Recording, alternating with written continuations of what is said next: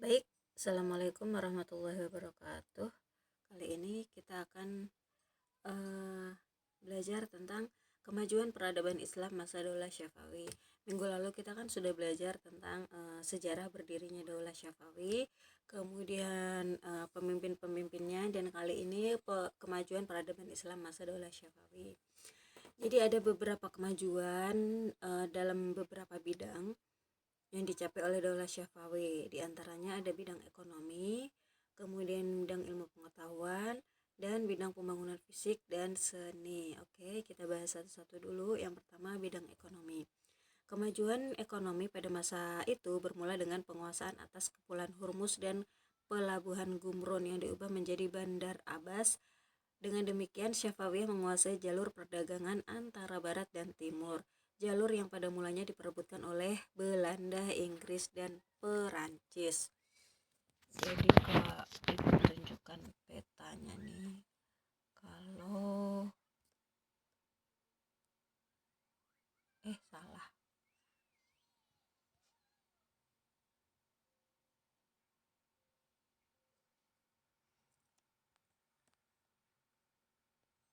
Nih ya. Kalau kita lihat di peta nih sebenarnya baik kepulauan Hormuz nih di sini nih. Nah, ini penting sekali karena posisi di sini tuh dia bisa jalan ke Asia. Jadi bisa mengontrol perdagangan ke Asia gitu. Itu adalah sumber kekayaan saat itu. Jadi barang siapa yang menguasai perdagangan dengan Asia, maka dia akan menjadi negara makmur. Makanya saat itu sangat makmur ya.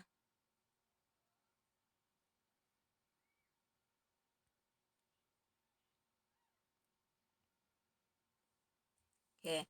Di samping sektor perdagangan, Syafawi juga mengalami kemajuan dalam bidang pertanian, terutama hasil pertanian dari daerah Bulan Sabit yang sangat subur. Jadi di sana itu ada satu wilayah namanya Bulan Sabit subur gitu. Nah, itu digunakan untuk sumber pertanian gitu. Kemudian yang kedua yaitu bidang ilmu pengetahuan. Nah, di bidang ilmu pengetahuan ini ada beberapa tokoh ulama besar dan sampai saat ini Iran menjadi negara yang teknologinya cukup maju. Bahkan sejak masa Daulah Abbasiyah juga ulama-ulama Muslim pada masa itu di bidang filsafat, matematika, atau bahkan fikih gitu sampai sastra. Nah, itu kebanyakan mereka orang-orang Persia gitu. Makanya karena memang orang-orang Persia itu terkenal ini pada cerdas-cerdas dan suka mengembangkan ilmu pengetahuan gitu. Makanya pada masa Daulah Syafawi ini muncul ilmuwan-ilmuwan yang terkenal, diantaranya Bahauddin Asy-Syirazi, Sadr al-Din al-Syirazi, dan Muhammad Bakir Ibnu Muhammad Damat. Nah, ini tokoh dalam bidang filsuf, ahli sejarah, teolog, dan pernah mengadakan observasi atas kehidupan lebah. Ilmu fikih juga berkembang pada saat itu. Di antaranya tokohnya adalah Baharuddin Al-Amili. Selain sebagai pakar agama, ia juga sebagai ahli kebudayaan yang mengetahui persoalan-persoalan dari berbagai seni. Nah, itu merupakan kemajuan di dalam bidang ilmu pengetahuan. Kemudian yang ketiga yaitu bidang pembangunan fisik dan seni. Di bidang kesenian ini berkembang sangat pesat ya. Karena ini ada juga bangunan-bangunan yang megah, fasilitas-fasilitas umum. Bahkan kota Isfahan ini menjadi sangat indah. Kenapa? Karena banyak sekali taman-taman wisata terbuka. Terus terdapat 162 masjid, kemudian 48 akademi, 1802 penginapan, dan 273 pemandian umum. Nah, jadi kota Isfahan ini menjadi kota terindah di dunia sampai hari ini. Berkat salah satunya itu adalah kecerdasan dari khalifahnya. Di salah satu khalifahnya yaitu Abbas I, di mana pada masa Khalifah Abbas I ini masa keemasan Daulah Syafawi. Kemudian Nih dalam bidang seni, arsitektur bangunan-bangunannya seperti Masjid Syah, Masjid Syekh Lutfi Allah. Kemudian unsur lainnya juga terdapat pada kerajinan tangan, keramik, permadani, karpet, pakaian tembikar, dan lain-lain. Nah, nanti di akhir Ibu akan tunjukkan peninggalan-peninggalan dari Daulah Syafawi ini.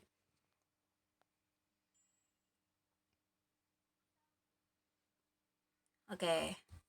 Nah, itu merupakan kemajuan peradaban Islam masa Daulah Syafawi. Kemudian yang poinnya terakhir yaitu kemunduran peradaban Islam masa Daulah Syafawi.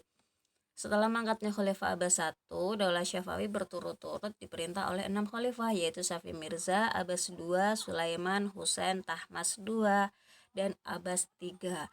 Nah, pada masa pemimpin tersebut, kondisi Daulah Syafawi tidak menunjukkan kemajuan atau berkembang, tetapi malah menunjukkan kehancuran. Jadi ini sudah mulai, kan memang khalifah-khalifah yang paling paling mumpuni itu di 5 ke atas. Jadi dari terakhir itu Abbas satu gitu. Nah, nanti Abbas satu ke bawah itu khalifah-khalifahnya sudah mulai melemah. Jadi tidak menunjukkan perkembangan dan kemajuan gitu. Nah, kemunduran pertama terjadi pada masa Syafi Mirza, cucu Abbas satu, karena dia seorang pemimpin yang lemah dan sangat kejam terhadap pembesar-pembesar daulah. Di sisi lain dia juga seorang pencemburu. Sifat tidak baiknya akhirnya mengakibatkan mundurnya kemajuan-kemajuan yang telah diperoleh dalam pemerintahan sebelumnya. Satu persatu wilayah kekuasaan Daulah Syafawi lepas ke penguasa daulah lain. Kota Kandahar diduduki oleh Daulah Mughal yang ketika itu diperintah oleh Sultan Syekh Jihan. Syekh Jihan, masih ingat dong Syekh Jihan yang membangun ini Taj Mahal. Kemudian sementara Baghdad direbut oleh Daulah Utsmani. Nah, ini nanti Daulah Utsmani sama Syafawi ini kan sering konflik dia kan nanti. Nah, ini juga menjadi salah satu penyebab juga ini nanti. Seringnya konflik Utsmani sama Syafawi. Abbas II suka minum minuman keras sehingga ia jatuh sakit dan meninggal. Sebagaimana Abbas II, Sulaiman juga seorang pemabuk. Nah, ini penggantinya Abbas II, Sulaiman. Ia bertindak kejam terhadap para pembesar yang dicurigainya. Akibatnya rakyat bersikap masa bodoh terhadap pemerintah.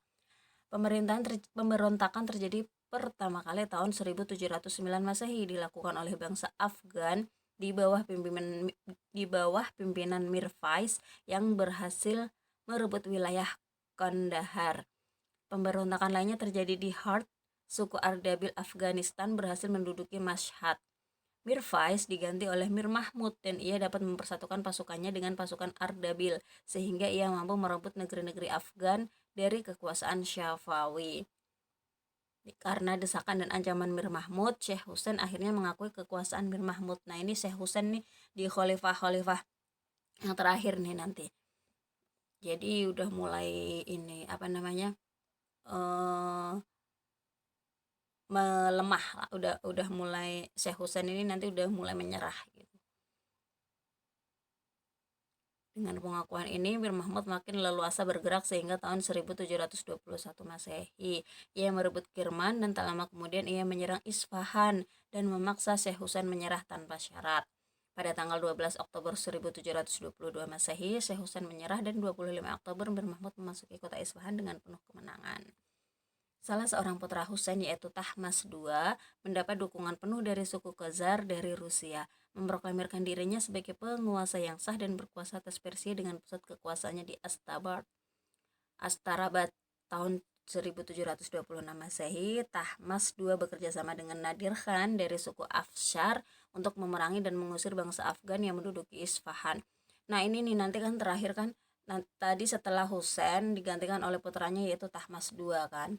Nah, ini nanti yang mendirikan yang khalifah selanjutnya itu nanti ini Nadir Khan nih dari suku Afshar. Makanya nanti pengganti Daulah Syafawi ini nanti namanya Daulah Afsyariyah. Susah banget. Daulah Afsyariyah. Oke. Kemudian Daulah Syafawi kembali berkuasa namun pada bulan Agustus 1700 32 Masehi, Tahmas II dipecat oleh Nadir Khan dan digantikan oleh Abbas III, anak Tahmas II yang ketika itu masih sangat kecil. 4 tahun setelah itu, tepatnya tanggal 8 Maret 1736, Nadir Khan mendaulat dirinya sebagai daulah menggantikan Abbas III. Dengan demikian berakhirlah kekuasaan daulah Syafawi di Persia. Nah, ini nanti sudah ini apa namanya? Sudah kan tadi setelah Tahmas II digantikan oleh putranya yaitu Abbas III. Nah, tetapi nanti karena Abbas III ini masih kecil, jadi belum belum mempunyai kuasa penuh gitu terhadap kepemimpinan, kepemerintahan gitu. Nah, nanti akhirnya si Nadir Khan tadi itu yang dari suku Afsar itu ya, itu akhirnya memproklamirkan dirinya sebagai apa namanya? daulah daulah yang baru gitu, sebagai pendiri dari daulah yang baru yaitu daulah Afsariyah.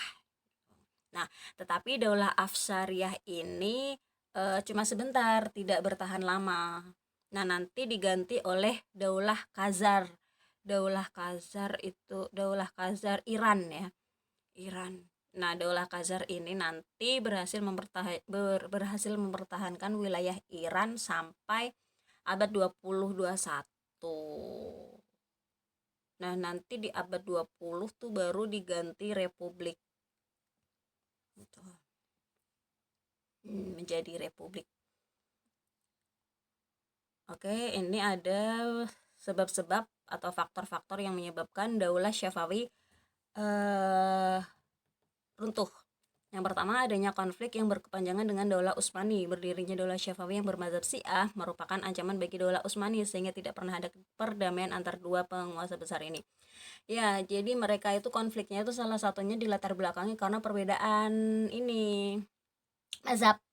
Perbedaan mazhab. Kalau Syafawi itu mazhabnya Syiah ya, pengikutnya Ali. Kemudian kalau Utsmani ini mazhabnya mazhab Sunni itu. Jadi memang kan Turki sama Persia sama Iran ya, jadi kan deketan, jadi sering konflik, jadi memang konfliknya itu sudah sangat lama gitu. Kemudian yang kedua, terjadinya dekadensi moral yang melanda sebagian pemimpin daulah Syafawi yang juga ikut mempercepat proses kehancuran daulah ini.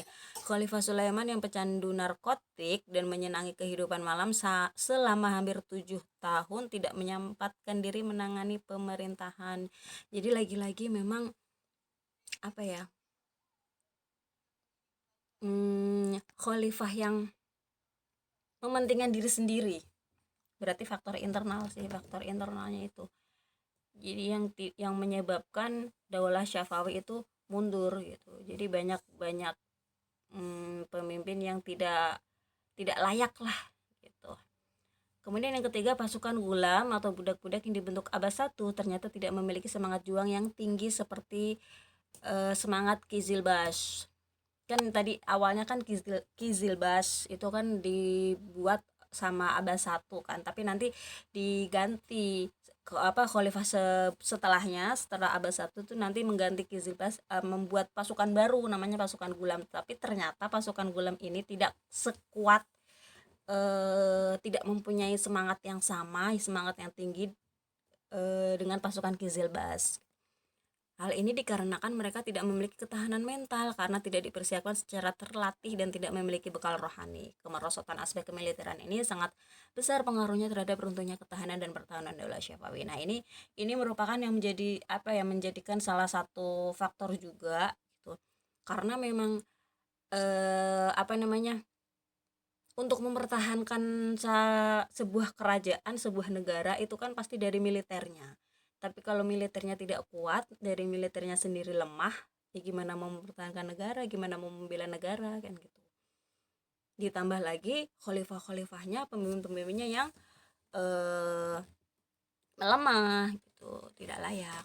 Kemudian yang terakhir yaitu seringnya terjadi konflik intern dalam bentuk perebutan kekuasaan di kalangan keluarga istana. Nah, ini mah sudah tidak asing lagi, sudah sangat sering, dimana kalau sebuah kerajaan atau sebuah dinasti atau sebuah daulah itu pasti perebutan ke wilayah, perebutan perebutan kekuasaan antar saudara, antar keluarga itu. Nah, jadi empat tersebut merupakan faktor-faktor yang menyebabkan runtuhnya Daulah Syafawi. Oke. Sekarang Ibu mau tunjukkan peninggalan-peninggalannya.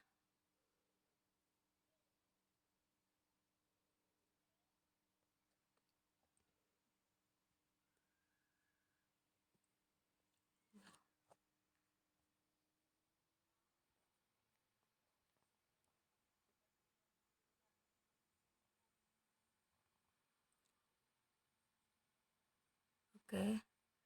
Ini merupakan peninggalan-peninggalan arsitektur dari Daulah Syafawi ya.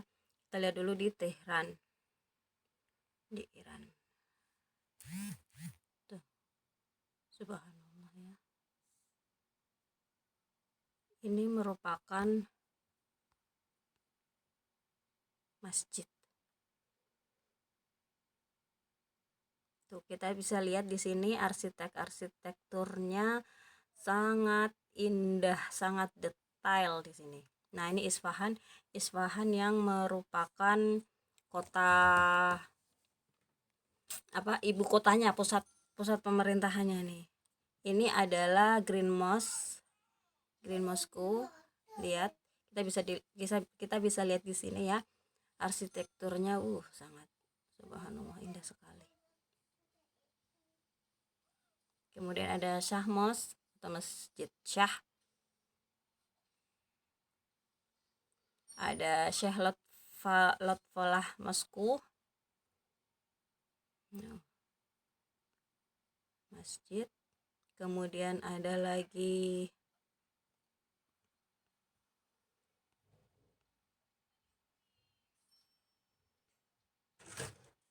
Ali Kapu. Ini peninggalan Daulah Syafawi. Ini masjid juga. Nah, ini jembatan nih, jembatan Al-Ferdi Khan. Tuh jembatannya, subhanallah ya, masya Allah, bagus banget. Jembatannya tuh. Jahal Sotun. Nah, ini pokoknya kalau ini di kota Kashan nih, ada Basihos, rumah Abbas 1, rumah Abbas ini. Coba tuh istananya, wow. Nah, dan ini masih ada sampai sekarang. Coba bangunan tua tapi masih sebagus ini gitu kan, berarti Bazar of Kashan nih.